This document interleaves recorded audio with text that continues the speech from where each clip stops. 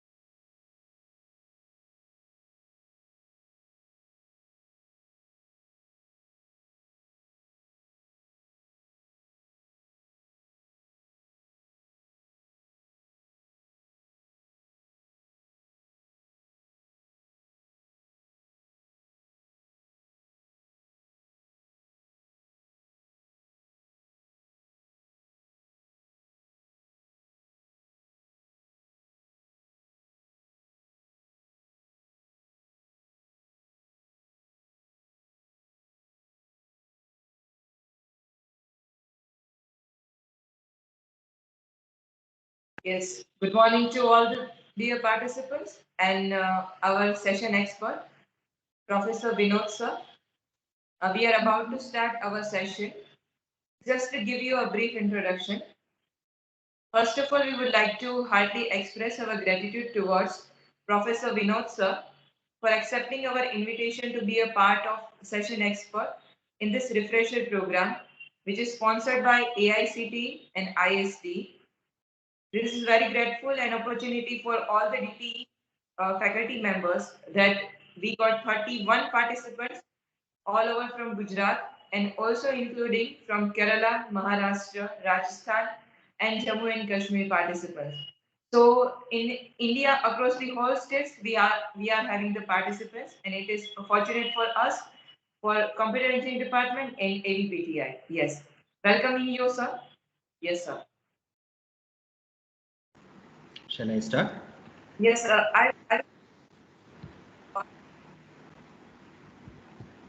Hello. Uh,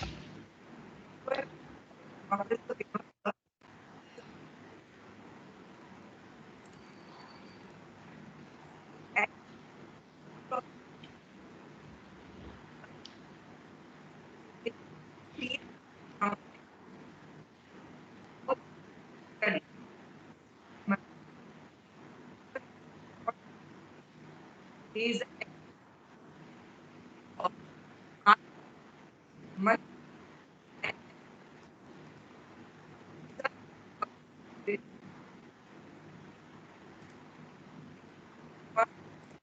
cited over 780 times, and today's session will be about malware or malicious.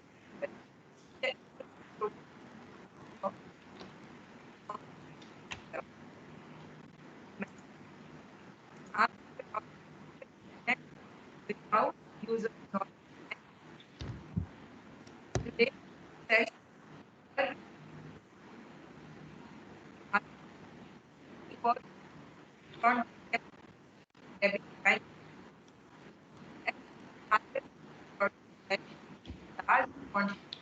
by using multiple or case of first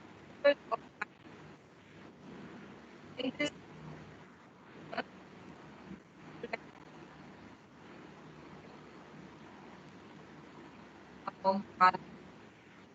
So the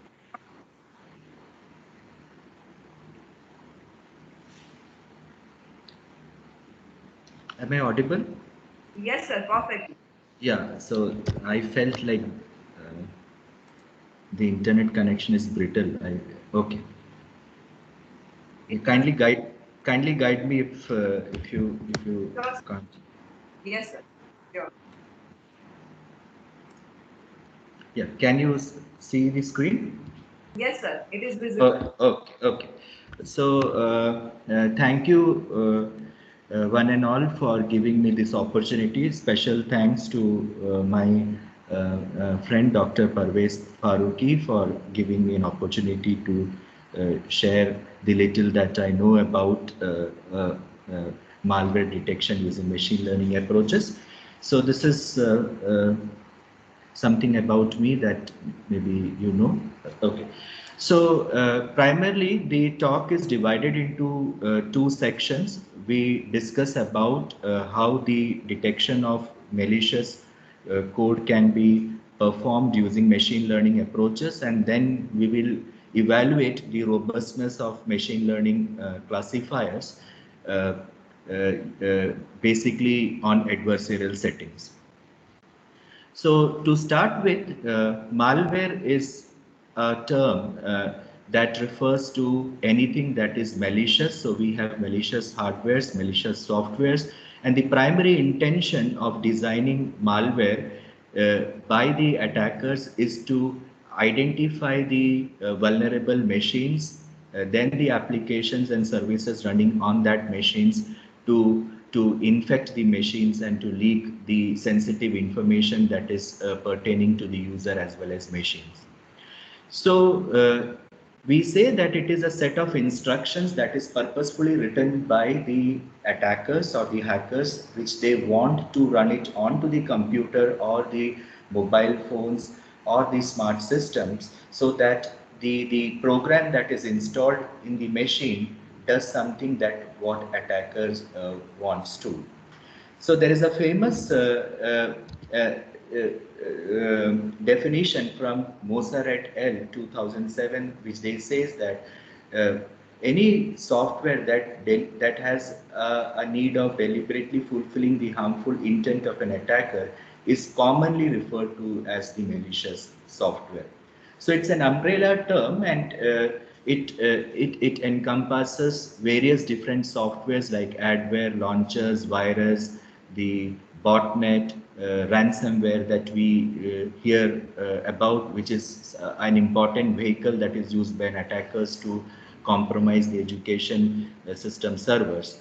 Okay, so if we see the research that is happening in case of the malicious software, so first of all, we have to look onto an online service which is called as VirusTotal. This VirusTotal runs approximately 60 antivirus engines in the background, and if we submit a file to the VirusTotal engine, it will give us a result, a voted result, whether a file is malignant or it is legitimate, okay, by running it across 60 antivirus engines. So the submission, if we see the statistics, the highest submission of the malware is corresponding to Windows 32 exe, followed by Android and PDF. And I primarily work on these three samples, these three files, largely executable Android and PDF. But indeed, there are a large number of attacks that are happening just because of web-based malware, which is deployed through malicious JavaScript. So, first I would like to talk something about the detection approaches, and then we will try to evaluate whether the present detection approaches are robust enough to identify the zero-day malware. Okay, then we will conclude that the detectors are not robust, and then what should be the approach to identify the malicious sample. So first I will start with a glimpse of what is the relevance of paying an attention as a defender towards the detection of mobile malware. So it has been found that the mobile malwares are exponentially increasing. So if we see the McAfee threat report, the Q1 threat report, we can find that the malware has increased and approximately 20,000 malwares are submitted every day. And largely this happened because the attackers, they are very smart. They see something is getting popular. They try to find the vulnerability associated with the device or an application or an operating system, and they try to find out, they try to compromise it. So this is what happened in case of Android also. So Android devices, they became popular, and everybody could write an application and they can deploy it on the Google Play Store or a third party app store, and there was no security check for these applications initially, and that is how the infection proliferated.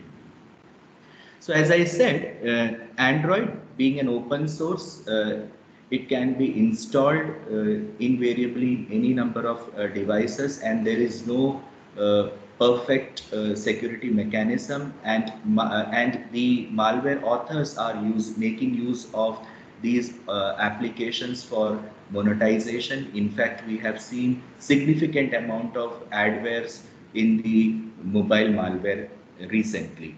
So these are all different third-party app stores which can be used to download to upload a malware. So one of the famous one everybody is aware about is called as Google Play. Just to have a sync, am I audible? Can someone guide? Yes, sir. Okay. So let us try to understand the security systems. So basically, the security systems are falling under two design criteria. One is called as a reactive system. So in a reactive system, what happens is the adversary or an attacker is trying to compromise a particular system which the adversary has found to be vulnerable. So what the defender will do is the defender will try to find out the security patches after an attack has happened. So in this case, first of all, what the designer first what will happen is the adversary, they will analyze the system. So they will try to find out the weakness pertaining to the system, and corresponding to the system they will devise an attack. And once an attack has happened, post attack, what the designers will do is they will try to analyze the attack, and then they will create certain countermeasures. So reactive systems, they have got one major drawback, that it cannot identify something that has not been seen before. So some old signatures or patterns of attack, it is available with the host based or network based proactive intrusion detection system. It will be definitely able to quarantine it, okay, and the agents that are installed in the host based or network based intrusion detection system can raise alarms. But if we find some new patterns, okay, if a new adversarial patterns are found, then such systems will fail. So usually the system should not be reactive. On the other hand, the robust systems are proactive systems.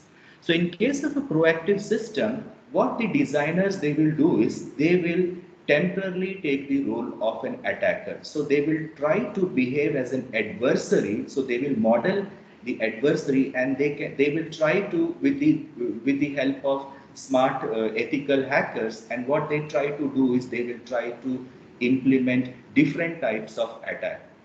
So once they implement different attacks, they will try to evaluate the strength of their system, their strength of the network, and based on that, they will deploy certain agents in the system or the network devices, okay, and they will also evaluate the impact of attack.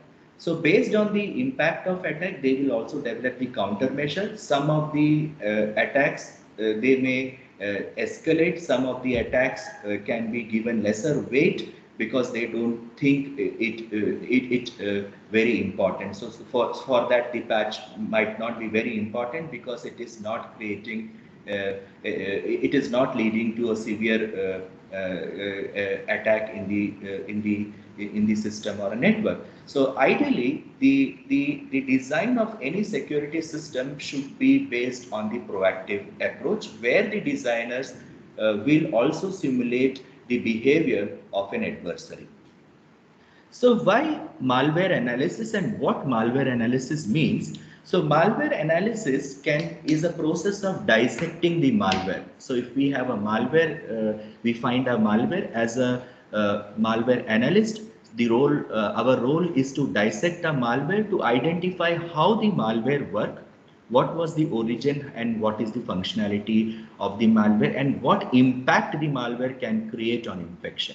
So fundamentally, there are two approach for malware analysis. One is called as a static approach, wherein we, as a defender, we do not execute the malware. We try to see the structure of the malicious code and try to generate certain fingerprints. And on the dynamic analysis, what we do is we try to run the malware in a container or called as a sandbox environment. So static analysis, as we are not running the samples, so they are fast, but the downside of static analysis is that if the code is encrypted, then definitely the analysis is not possible. And on the case of dynamic analysis, we cannot get the complete exploration of the malware, because if we have to get it, we have to run the malware for larger amount of time. Also, there have been significant amount of work where the malicious samples, they have identified the running environment, analysis environment.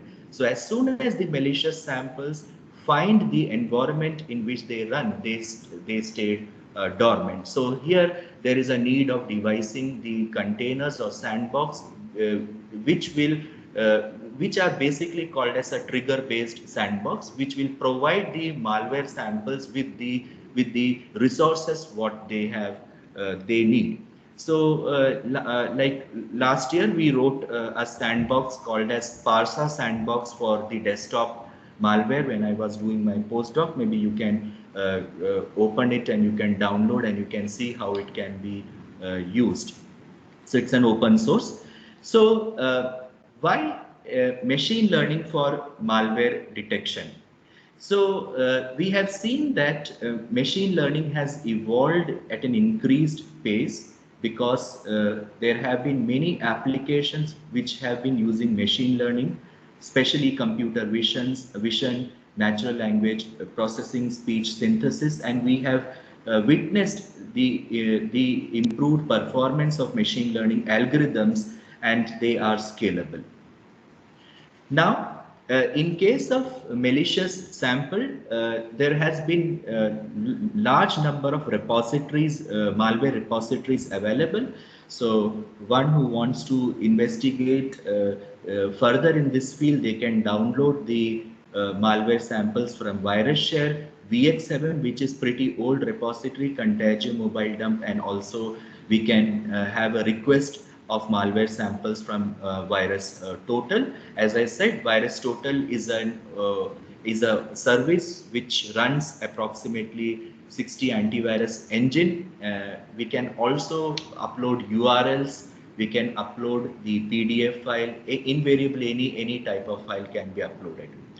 And the machine learning approaches, they became popular because the computational power of the system has increased. Previously, we had neural networks, we had different sort of algorithms, but because of the hardware limitations, people were not using it. But now we have seen that the hardware cost has come down and the computational power has increased. So the different architectures like deep learning approaches and conventional machine learning approaches have shown significant improvement in the performance. So With this, what happens is whenever a classification algorithm is trying to learn the pattern corresponding to a malicious sample or a legitimate sample, which is also called as the training time, that training time has been decreased. So we see frequent updates of machine learning models coming up in the cloud or the servers where the analysis is being performed.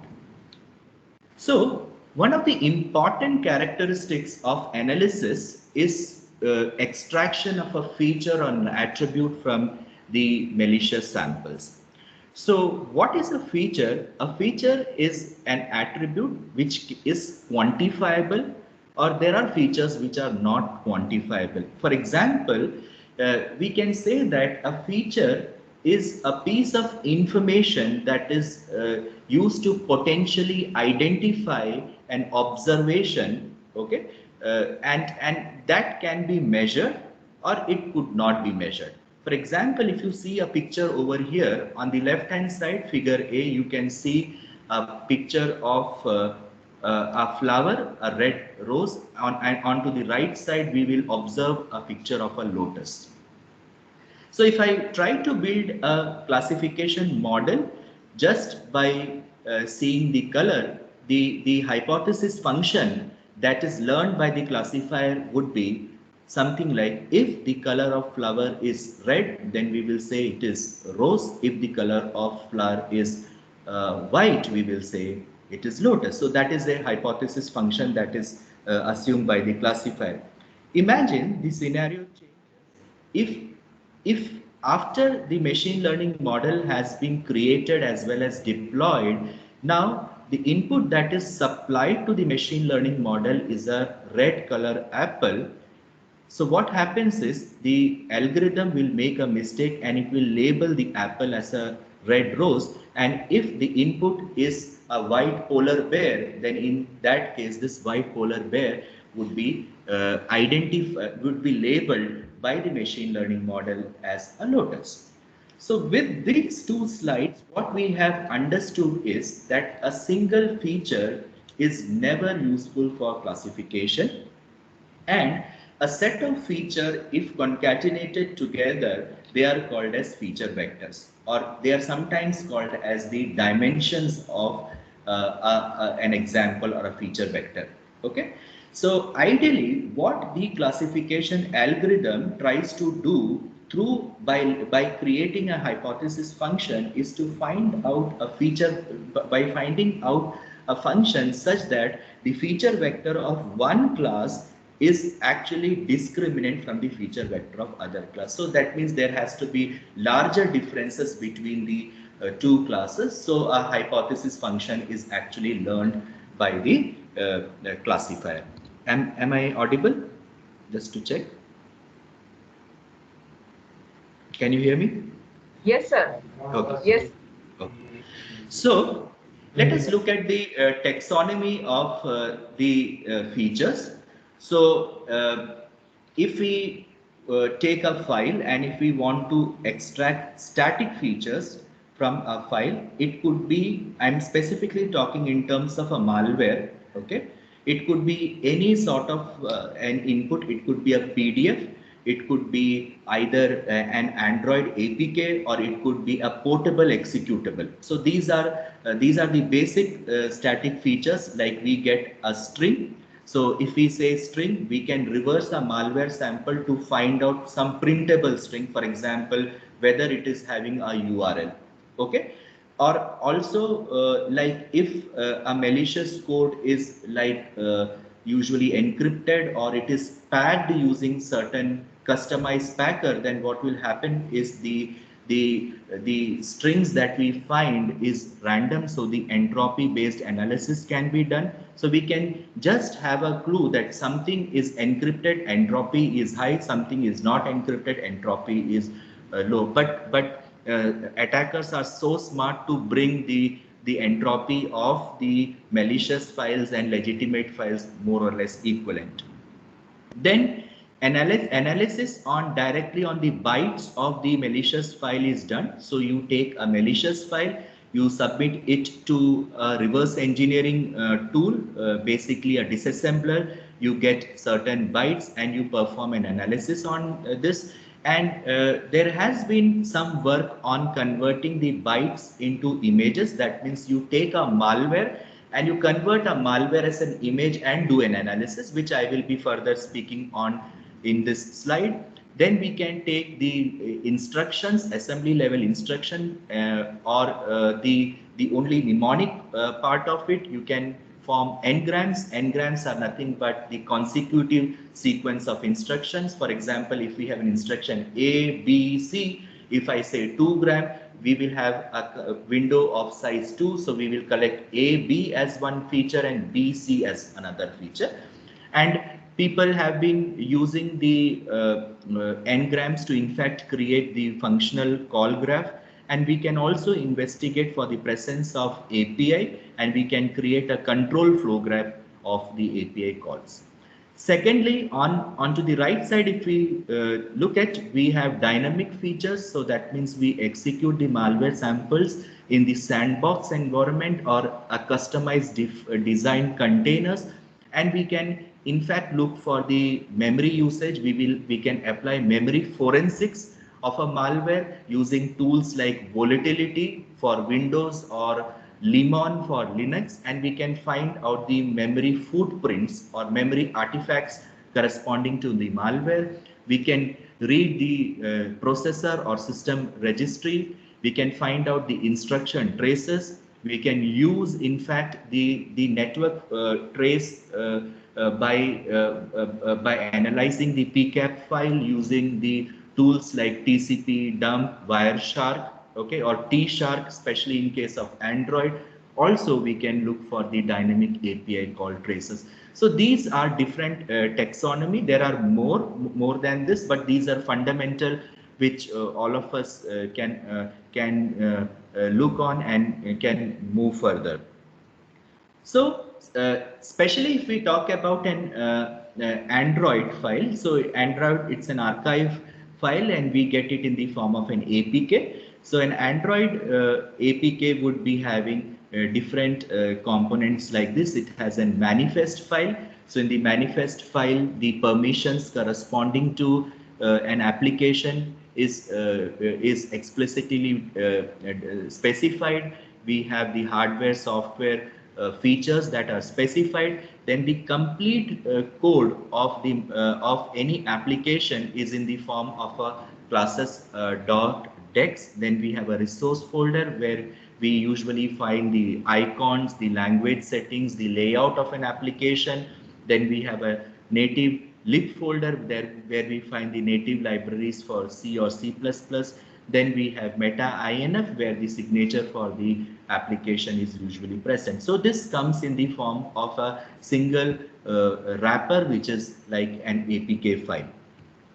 So if we see the papers published in the Android malware analysis domain, from an Android APK, we can extract the Android manifest.xml in the readable format using certain tools like APK tool or AndroGuard.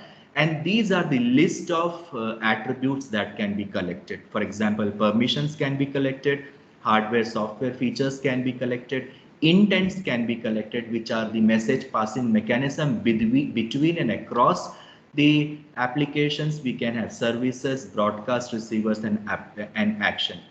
In fact, what can be done is the analysis can be done on the SMALI files by reversing the classes.dex file. So we get a number of SMALI files. From that we can extract the opcode, and people have also worked on the number of SMALI files. They say sometimes I have found a paper where they say that the number of SMALI files in the legitimate programs are more as compared to the benign program, but lately malware hackers actually again changed this hypothesis.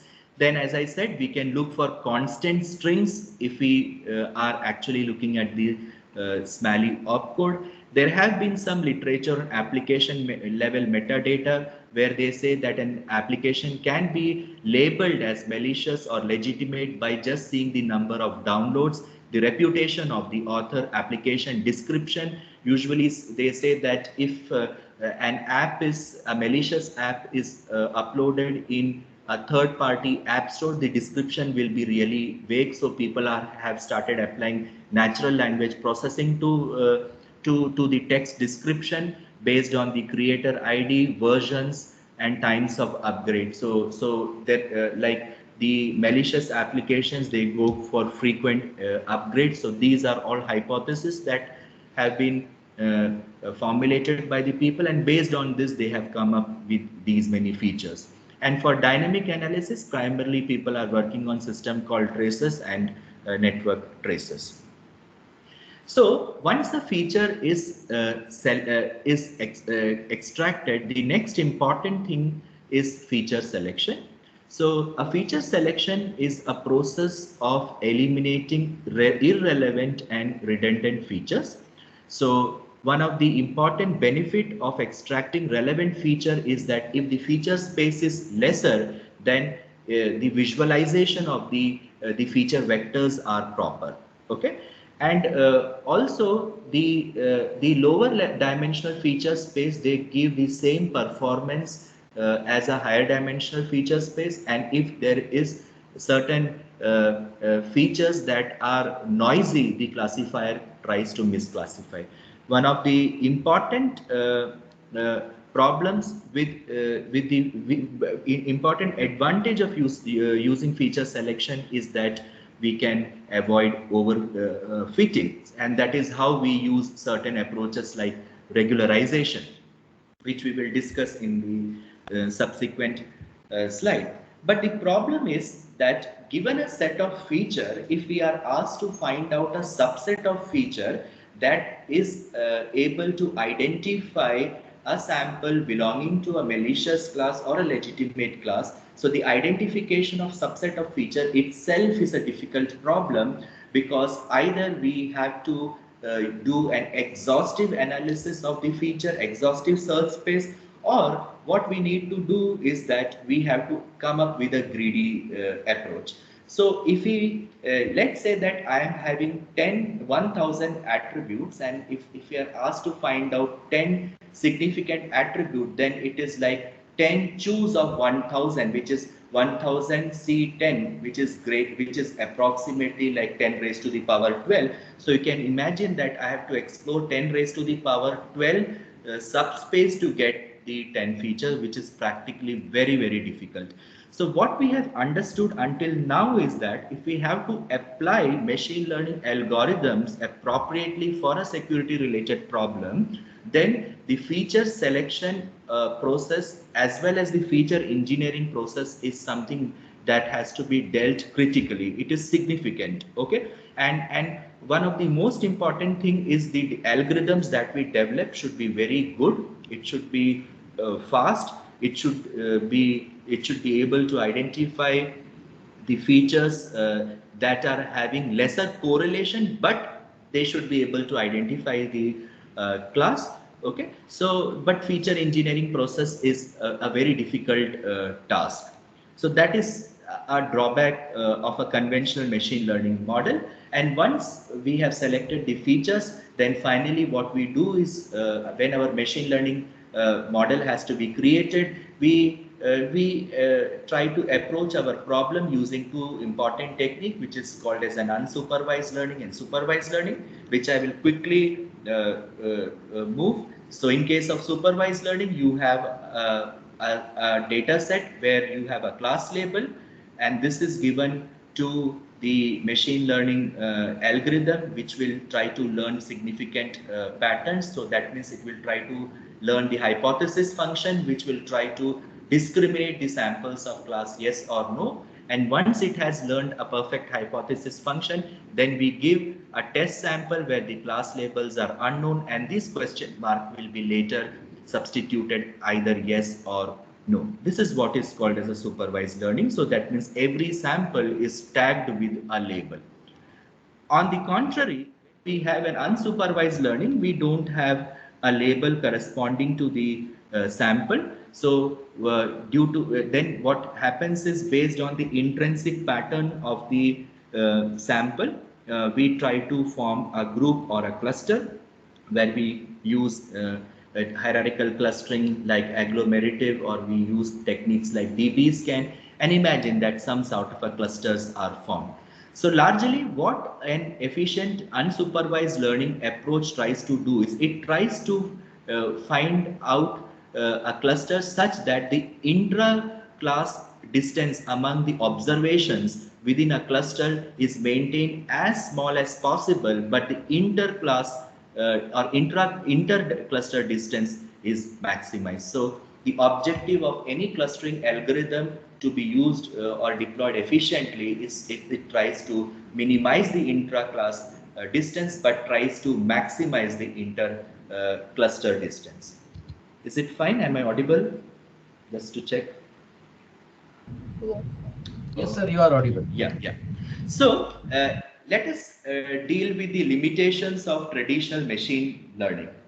So the traditional machine learning algorithm, they have following drawbacks. One important drawback of traditional machine learning algorithms, especially in security domain, is that they have to be they can be only modeled if the features are manually extracted. So it means that it requires domain expert. That means even if we try to extract feature, we write our own open source, our own tool, and there may be the limitation of tool that has to be taken into the consideration.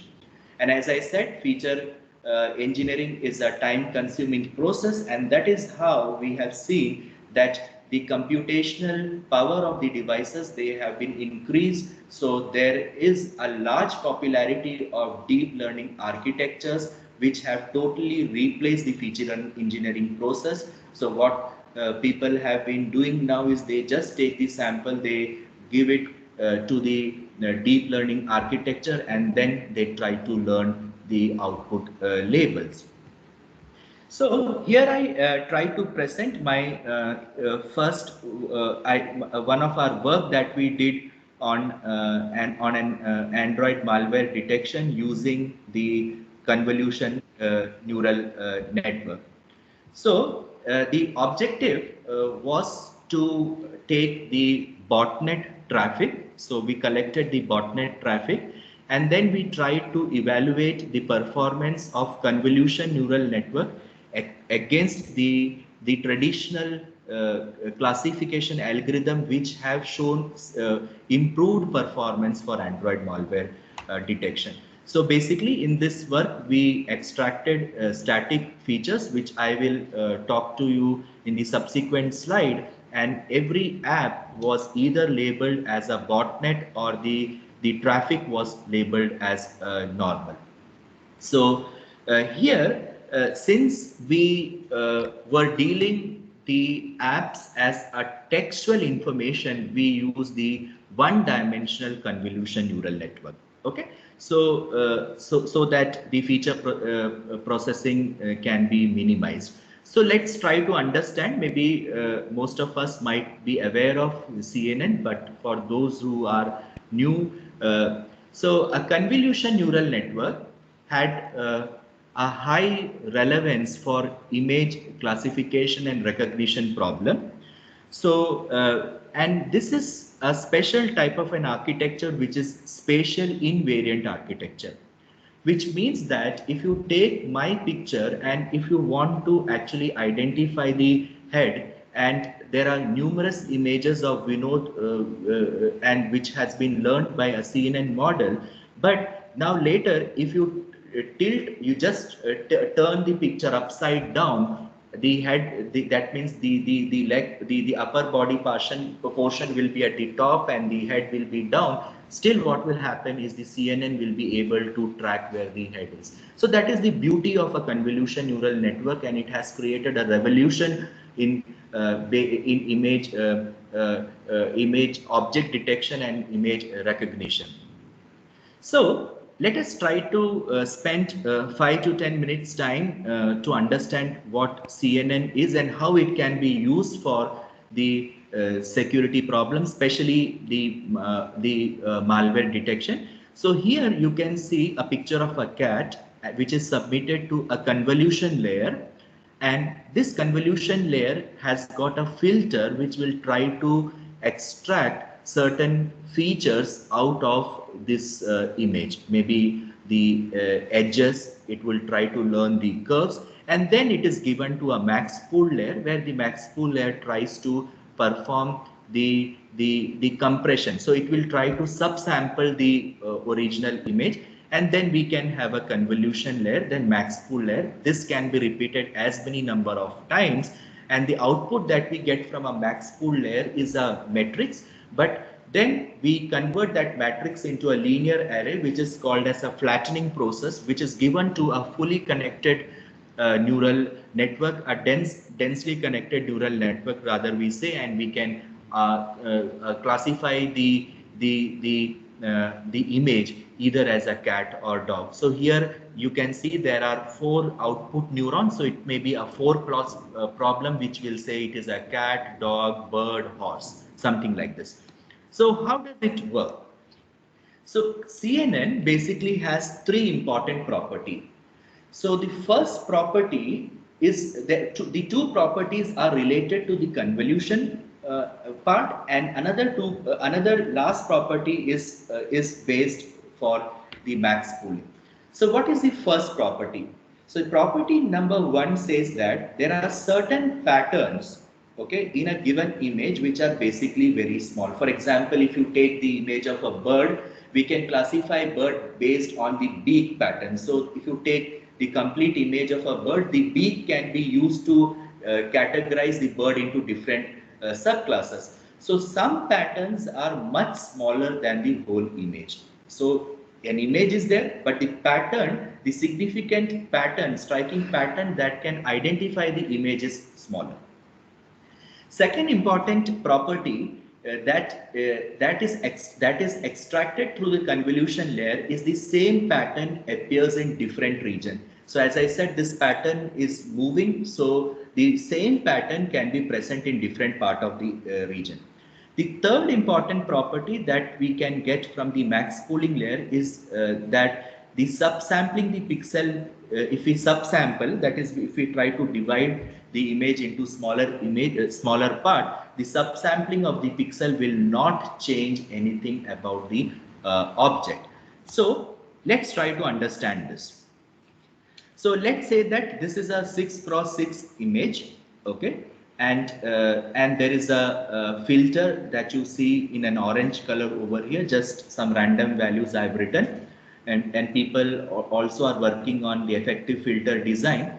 So the property number 1 says that there is certain pattern in this particular image, okay, and this pattern is having a smaller size as compared to the image. And the second property says that this pattern may be either present here, it may be present somewhere. So the convolution layer will be able to find it out. How this is done is the filter is taken and it is placed onto the image. So you can see that if I place the first filter, which is like 1 minus 1 minus 1, and I will put it onto the left part of this image. Basically, the operation that is done is you take this one, you multiply this one, plus 0 multiplied by minus 1, this 0 multiplied by minus 1. You will do this for this complete 3x3 matrix, and the value that you get is written over here, which is 3. Then we will move this filter, which is called as striding. So if I say stride is equal to 1, so we are actually jumping 1 pixel.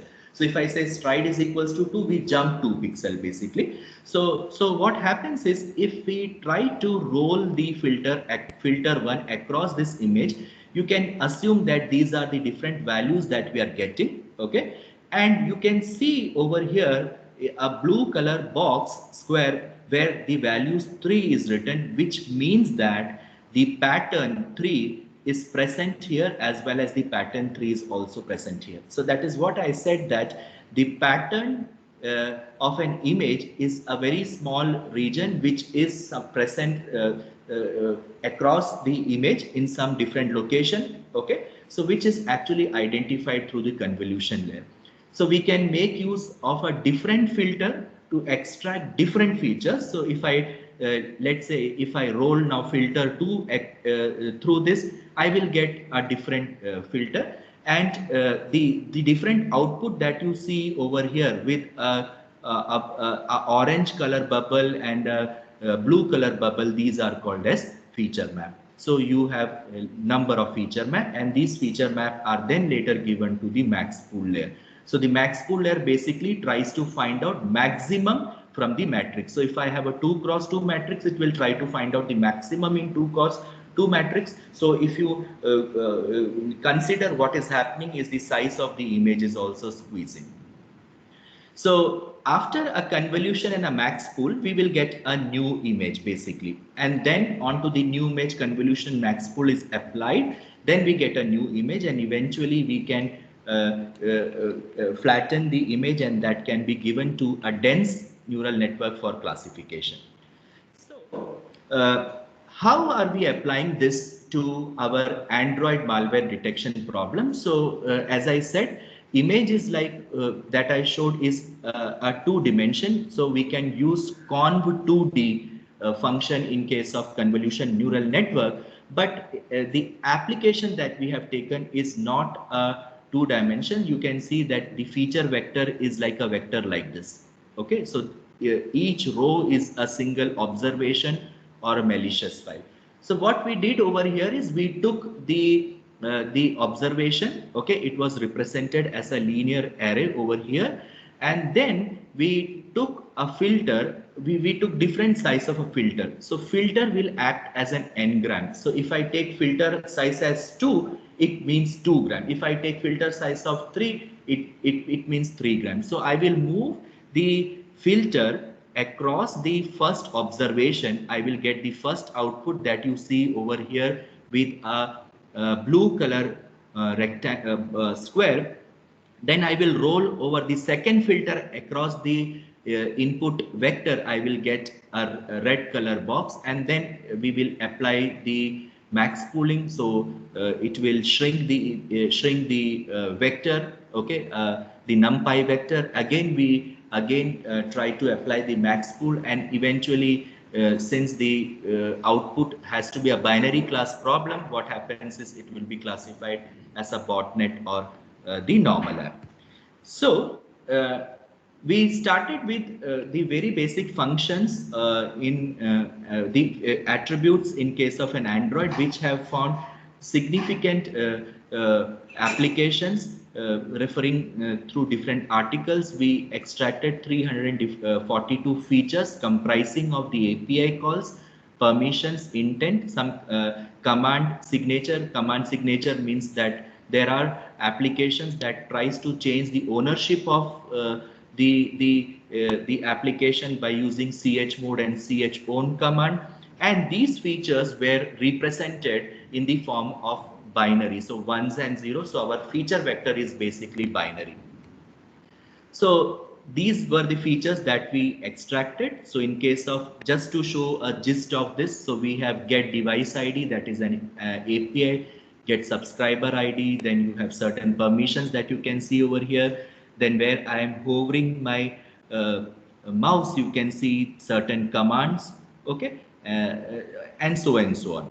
So this is actually a vector. So if get device ID is present, we will write 1. If it is absent, we will write 0. And then this was submitted to a one-dimensional convolution neural network.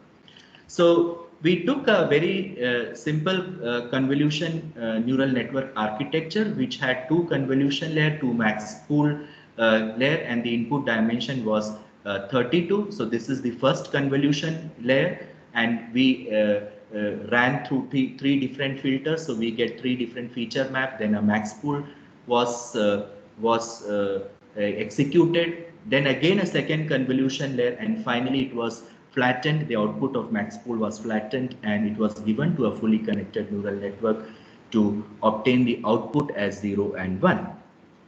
So We collected the data set from ISCX botnet. So the reference is given for your consideration. Maybe you can visit this site. It has numerous data set available, especially for the network traffic analysis. You can find the data for TOR and non-TOR. Okay, so we collected as a preliminary investigation, we collected 1929 botnet apps belonging to 14 different family and some 4,800 samples from Google Play Store.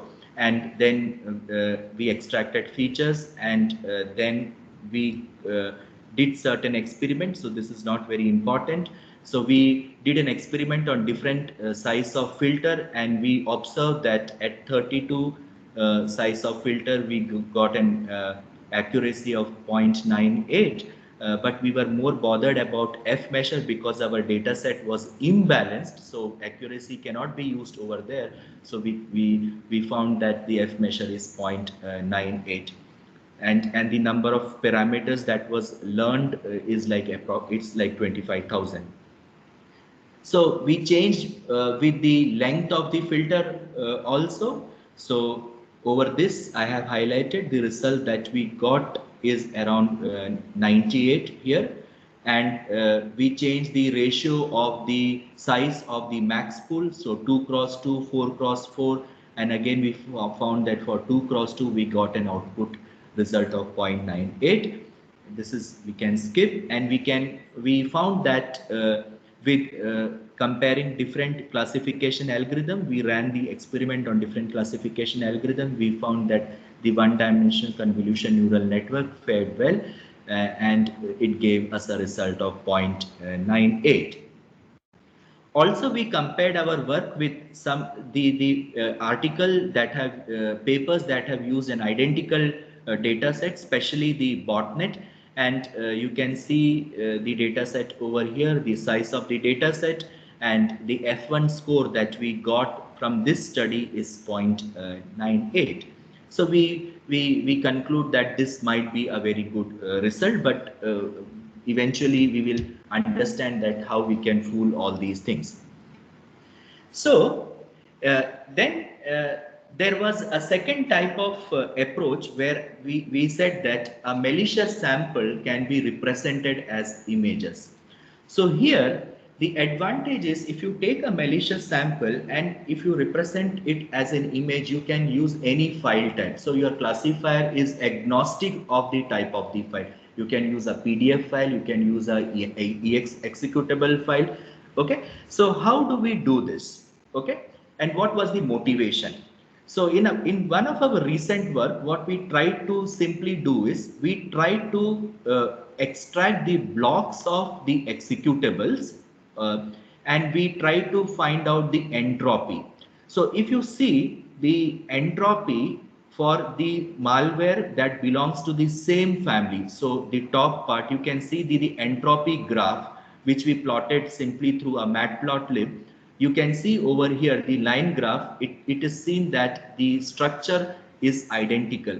So what we can understand that the functionality of the malware remains similar, but there is a minor modification in the bytecode or the bytes of the malware. Okay. Likewise, we tried for your consideration, I'm showing the second malware family, which is called as an Eluron. So you can see that the structure is similar, and for this particular variant, this region is lesser.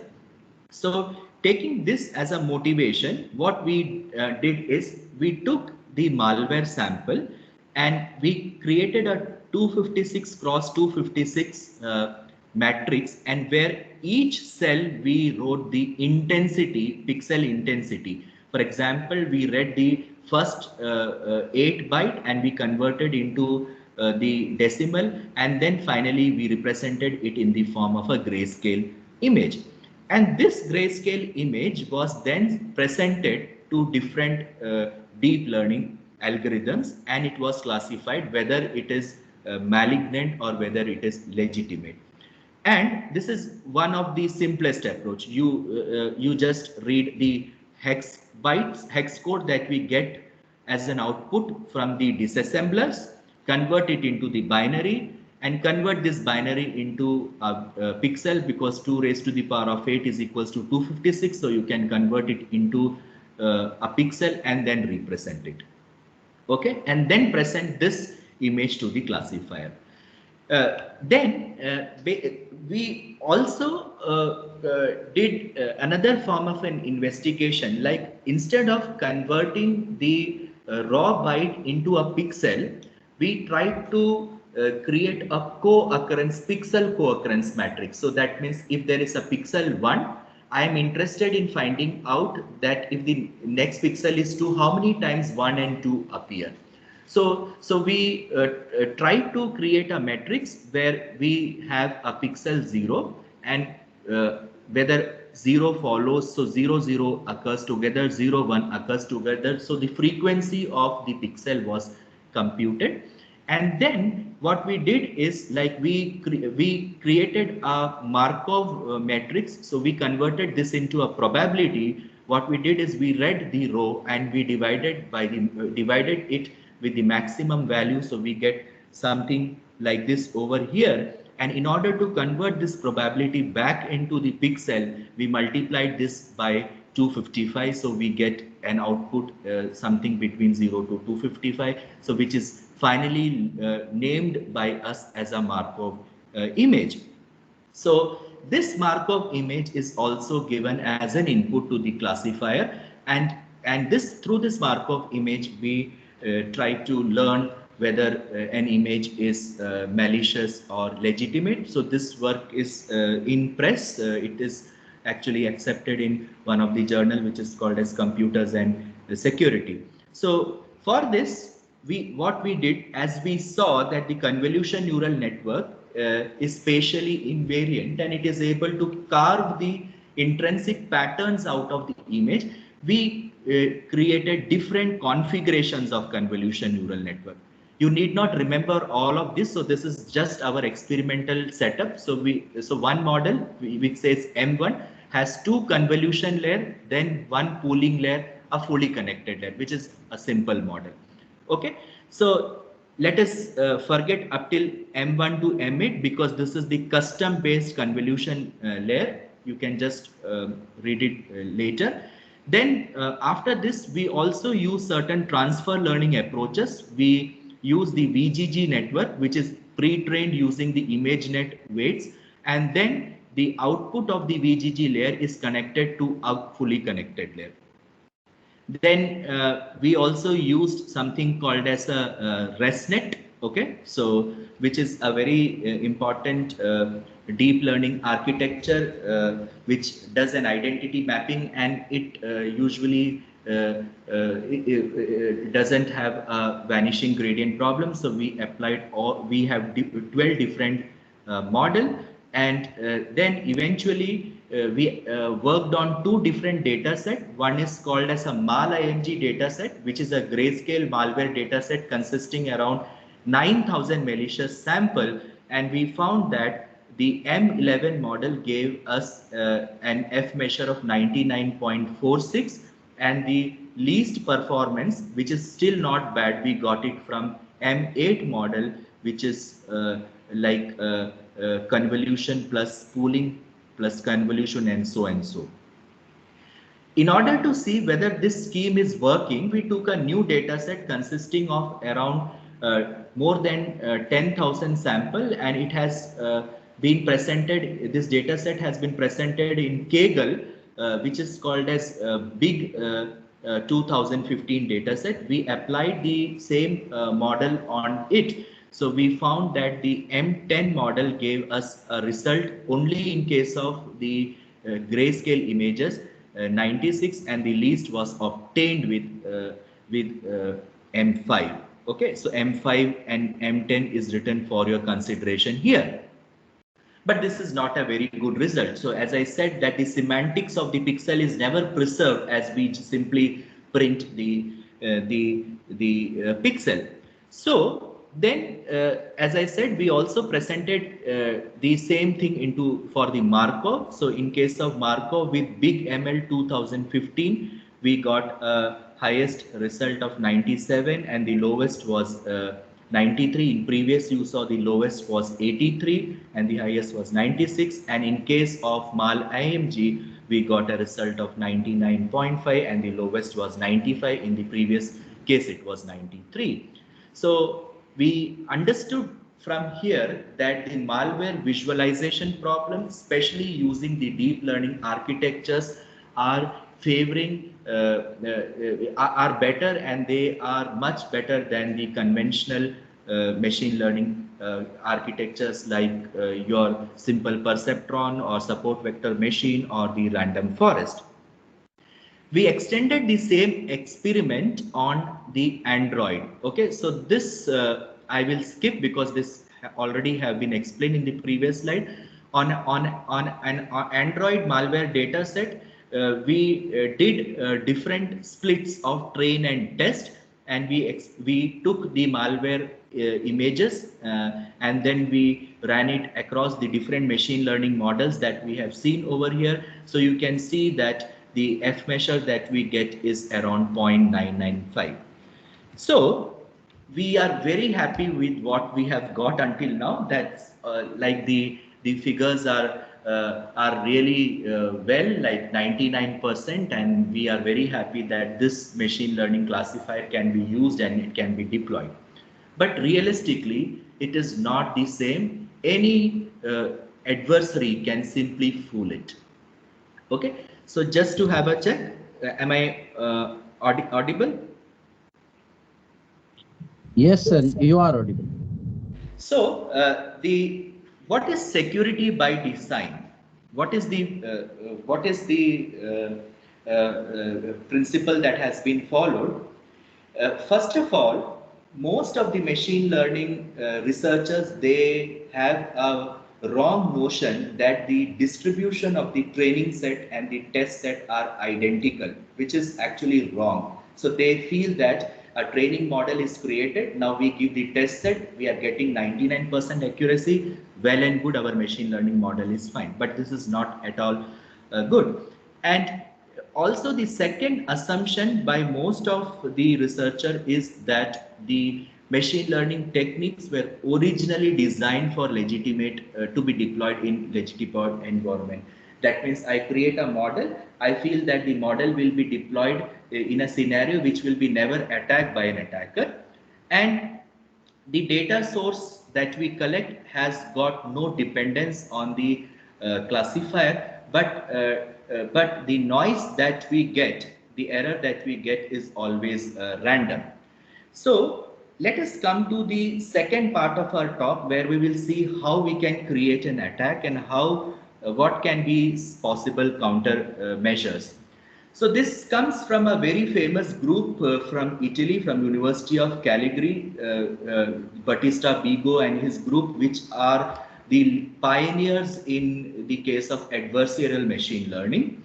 So you can imagine that on the left hand side, this is the image of a school bus, and this school bus is actually superimposed with a random noise, and we get again a school bus. So if we as a human being, we see this, so we find that still it's a school bus, but when it is presented to a deep neural network architecture, this school bus will be misclassified and it will be given to it is classified as an ostrich. But the human being, they cannot make any difference. So such type of physical attacks have been found. Imagine a case that we are having a smart car and a driver or a driverless car, imagine, and it is moving and it sees a signal, okay, and there is a stop sign, and imagine that half of the stop sign I cover with mud.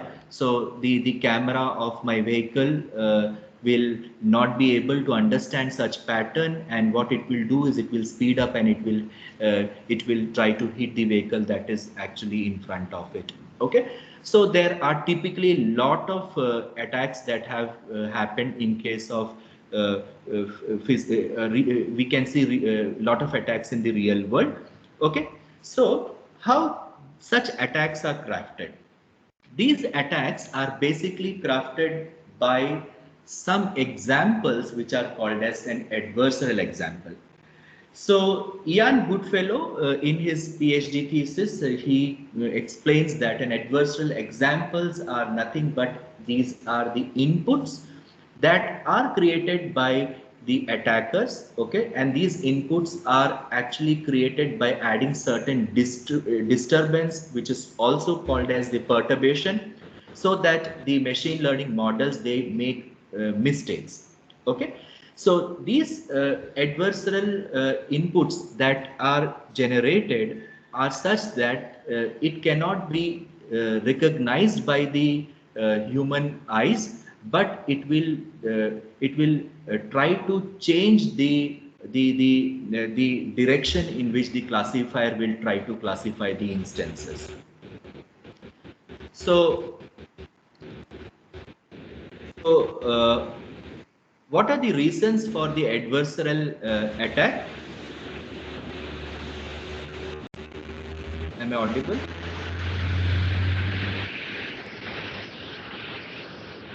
So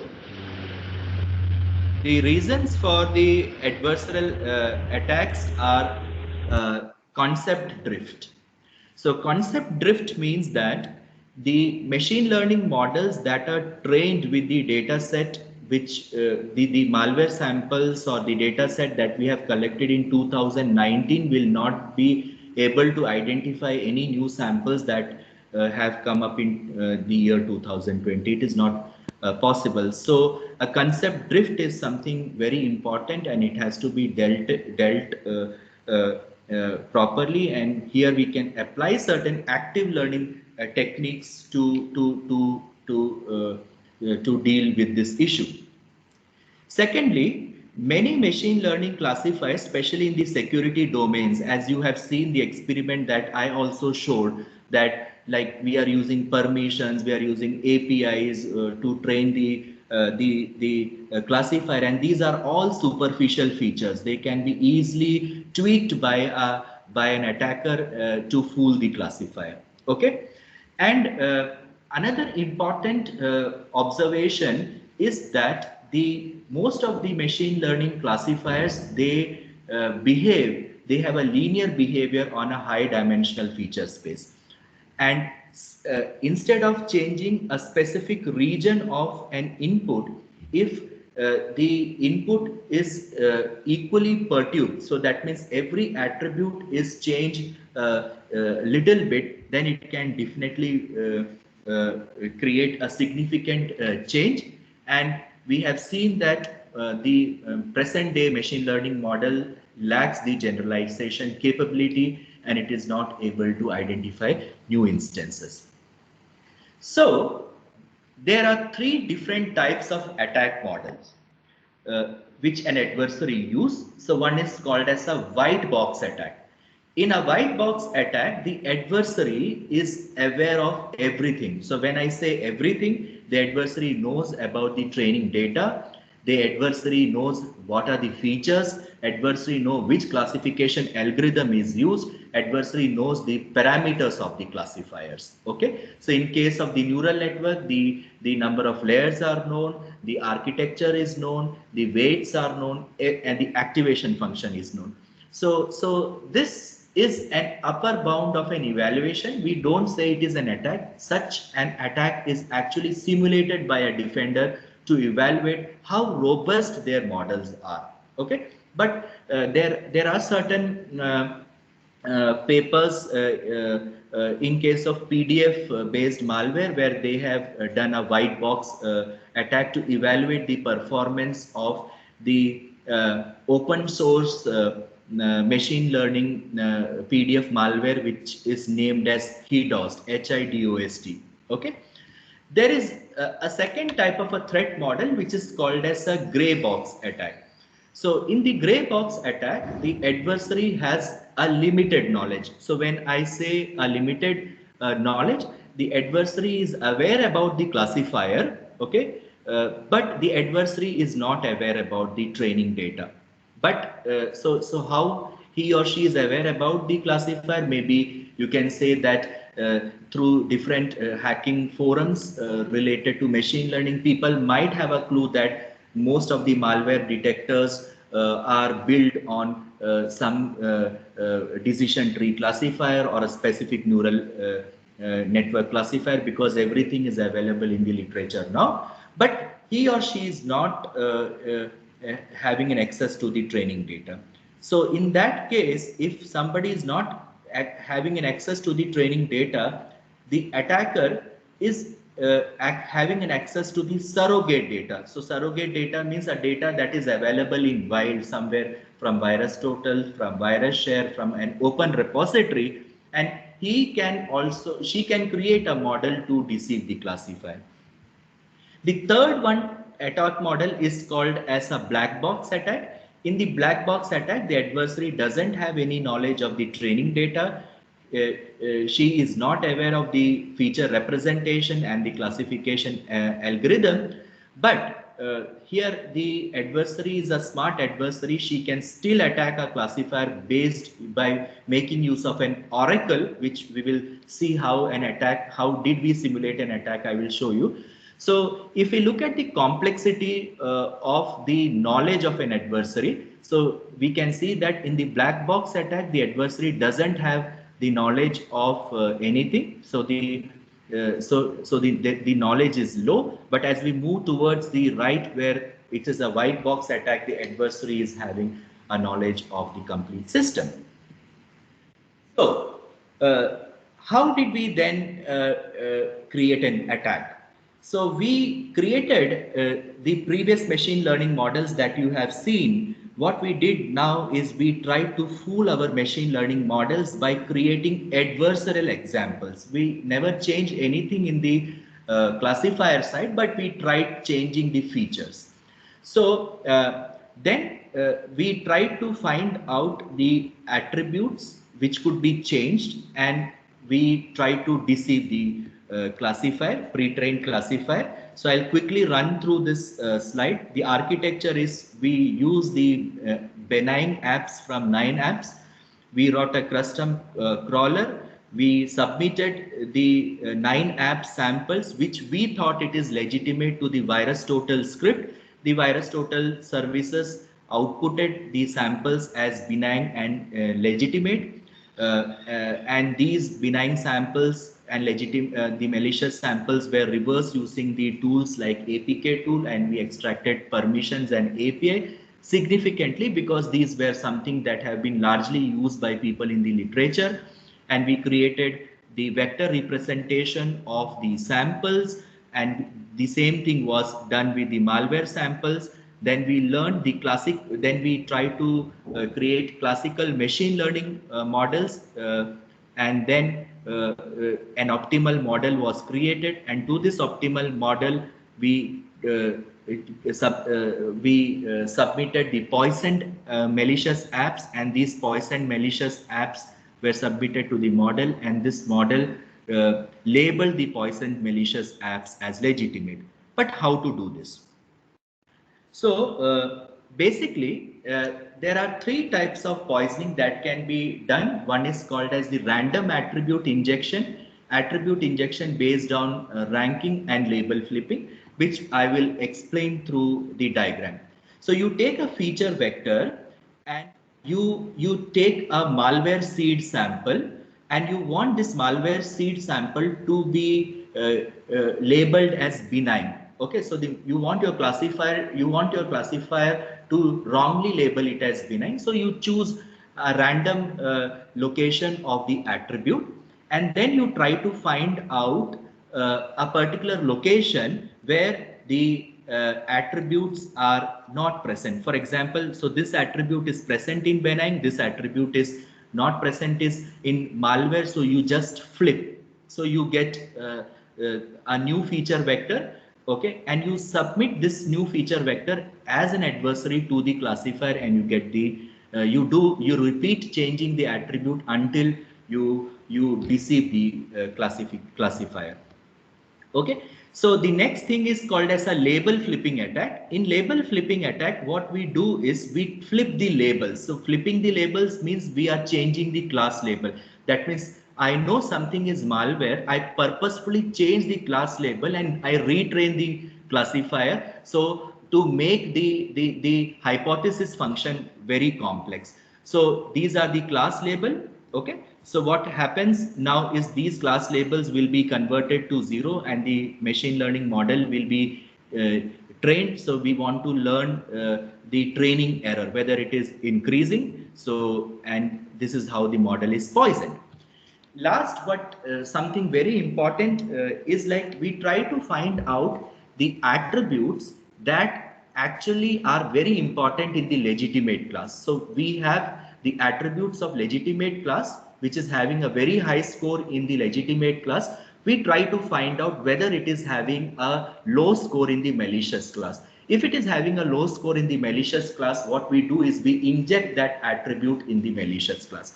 But if the attribute have the same score or nearly same score in both the classes, then it cannot be used for classification actually. So the sole purpose is that the feature vector of the malicious class and the legitimate class should be more or less identified same by the classifier. So what we do is we try to rank the attributes of the the legitimate class through a technique called as mutual information. So mutual information is something that is available in literature. So I'm not my purpose is not to talk about the mathematical aspect of it, but you can use the mutual information to identify the attributes that are very important in case of legitimate, and then find whether that attribute is not present in the malicious sample. If it is not present, you substitute it. Okay.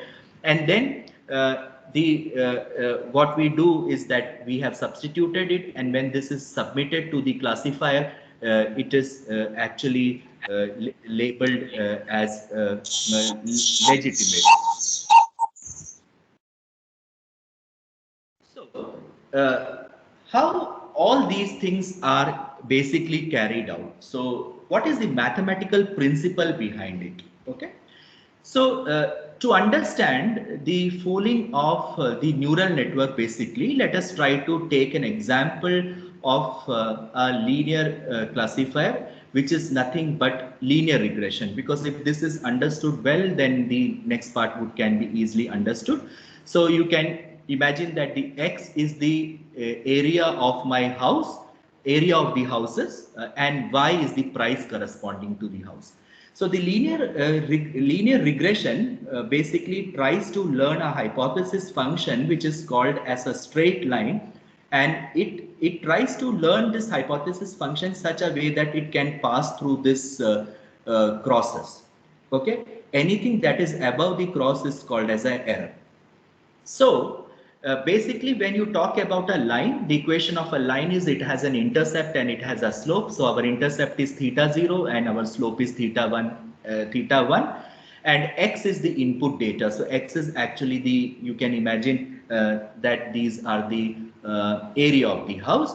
And basically, what the classifier or a regression model tries to do in this case is it will try to take every training example which is represented as x of I, apply the hypothesis function on it. So the difference between the prediction and the class label that is represented by y, it should be minimized. Okay, so that is what any model tries to do.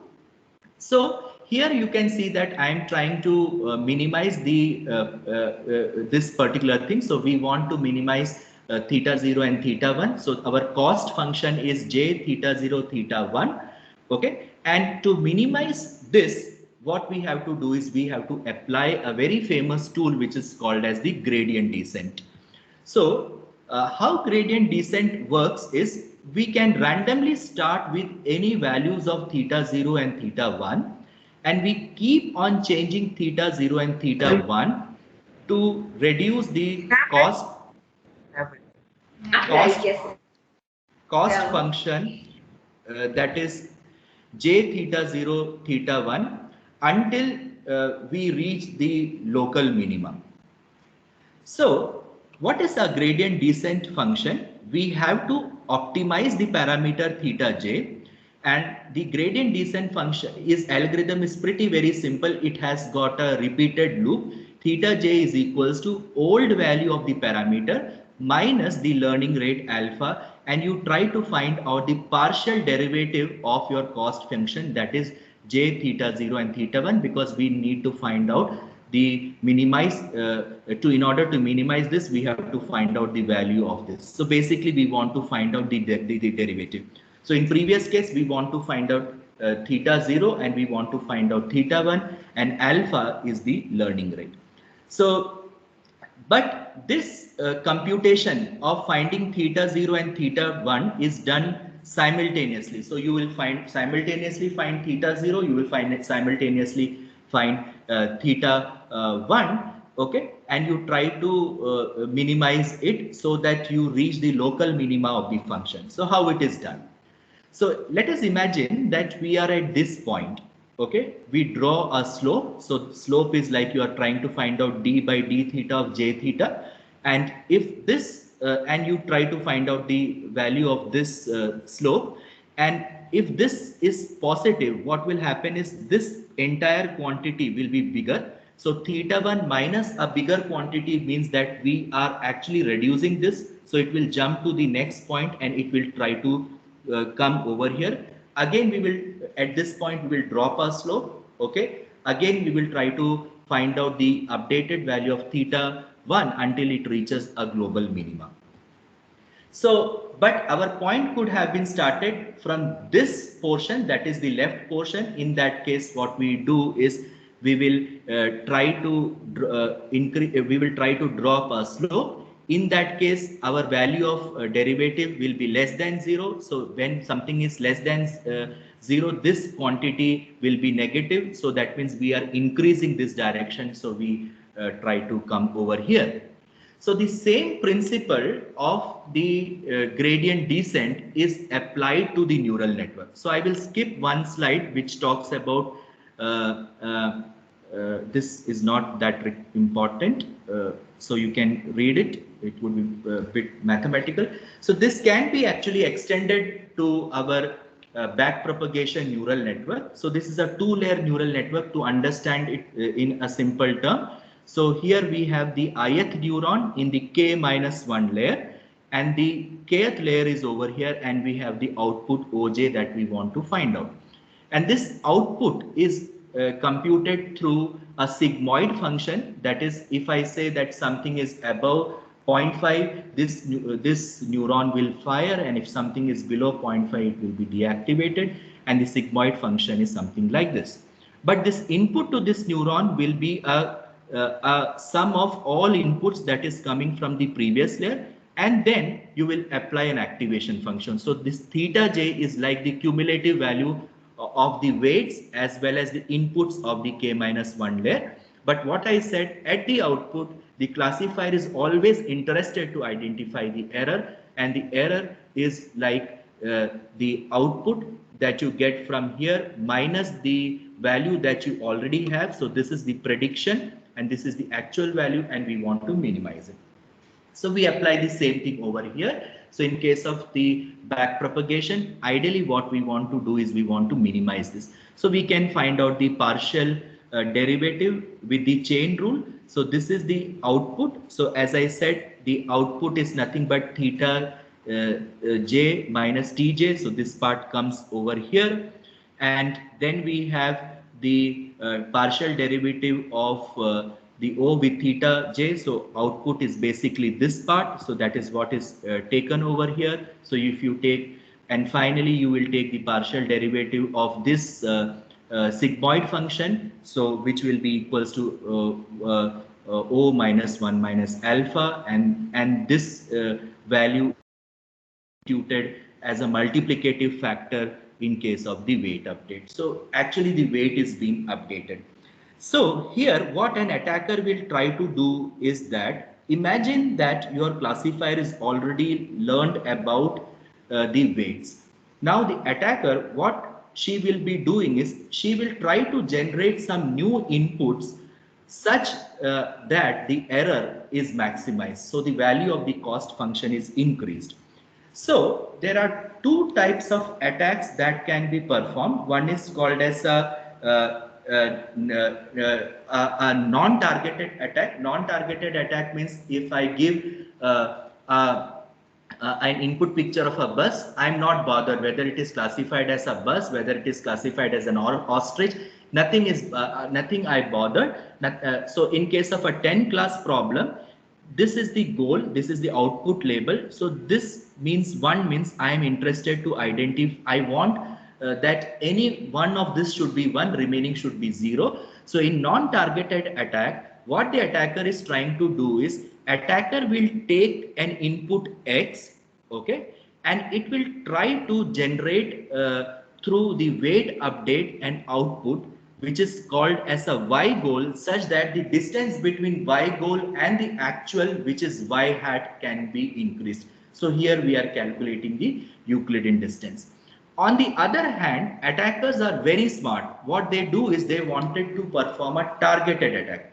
So in case of a targeted attack, what happens is the slight modification of an input, okay, should be able to classify the input into a class the attacker wants to label. For example, I give an input image. I want that input image to be exactly classified as an ostrich. So in that case, what an attacker will try to do is it will try to create an X target vector, and X is the original vector. It will change the input such that the difference between X and X target is minimized. And we have a regularization parameter over here, lambda, which will control whether this part has to be given as an importance. If this part has to be given as an importance, it will be a non-targeted attack. And if this has to be given as an importance, it will be called as a targeted attack. Last couple of slides for how did we create an attack on a classifier. Imagine that as an attacker, I don't know anything about the classifier. Okay, so the classifier is actually, Parvez sir, I have 10 minutes, or should I conclude? Hello, I have, Sir, yeah, if the participants have any question, Yeah. we Yes, can sir. take them, and then Yeah. if time permits, we can definitely discuss this. Yes, sir. There is a one So, question, sir. Could we go ahead for the question answering session, sir? yeah. Yes, sir. Yes, sir. There is a question that is mentioned in a chat box that how to prevent data exfiltration made through ICMP buzzing. If it occurs through DNS tuning, how to detect it? Yeah. So I would like to mention there are a few works on DNS tunneling attack, data that is tunneled through DNS, as well as there are certain work that has been done in which the data traffic is encrypted. Okay, we don't know the actual content of the data, but the data traffic is encrypted, but the traffic patterns will be different. For example, I give you a simple example. Let's say that I have a Facebook application, and I'm scrolling through the Facebook application. I do a like on the on a particular instance. It creates a special spike. Then there is another instance where I'm looking at the video, but both of them are actually encrypted. It goes as an encrypted traffic.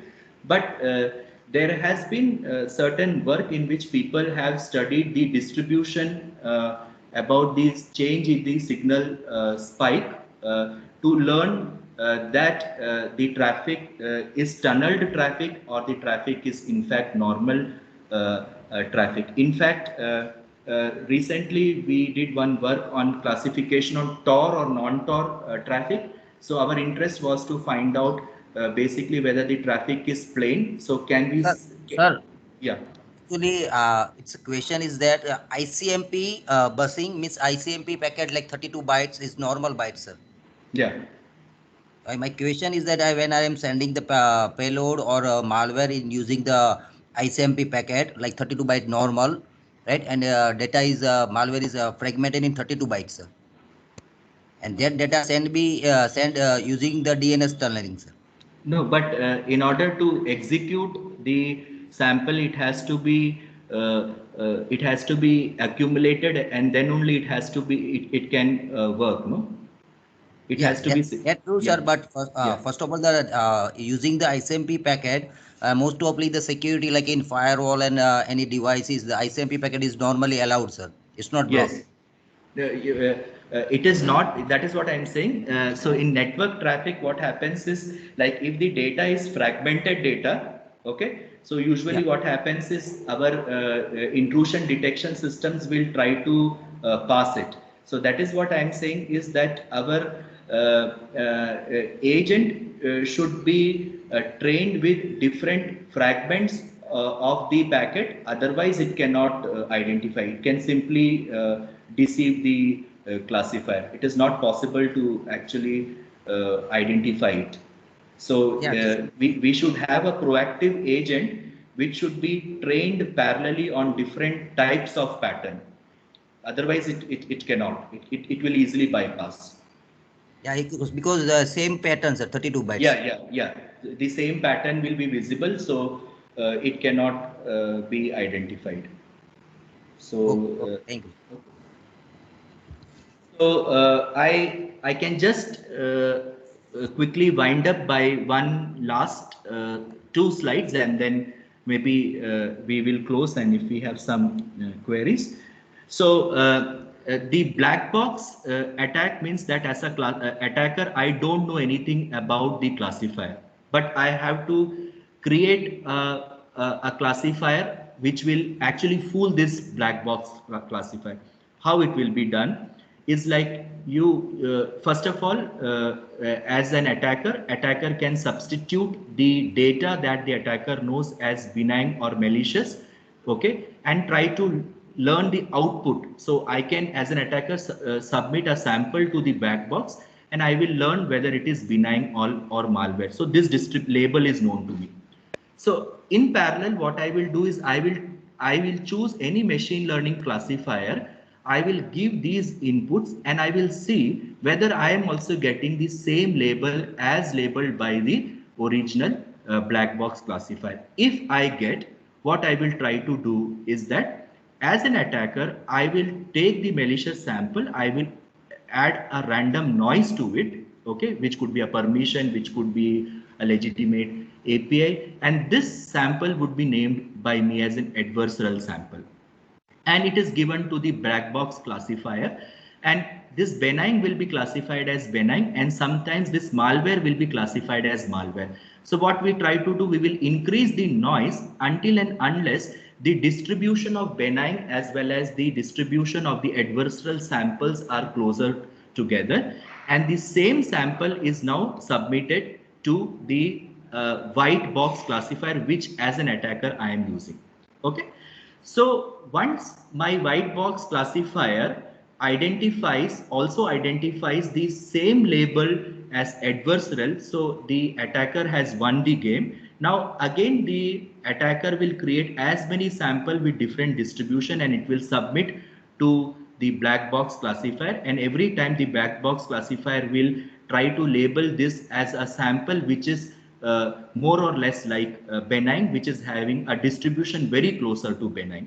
So what the attacker can finally do is can submit the adversarial sample. Now the adversarial sample will be submitted to the black box classifier, and it will be treated as benign. So what now has happened is, whatever are the parameters of the black box classifier has been transferred to the adversarial model that I have created, and this is called as adversarial substitution.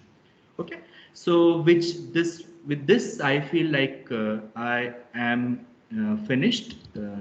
So like there are some couple of slides on the countermeasures. Maybe I can share, and maybe we can take it offline. So I thanks for the opportunity because it's already 11:30.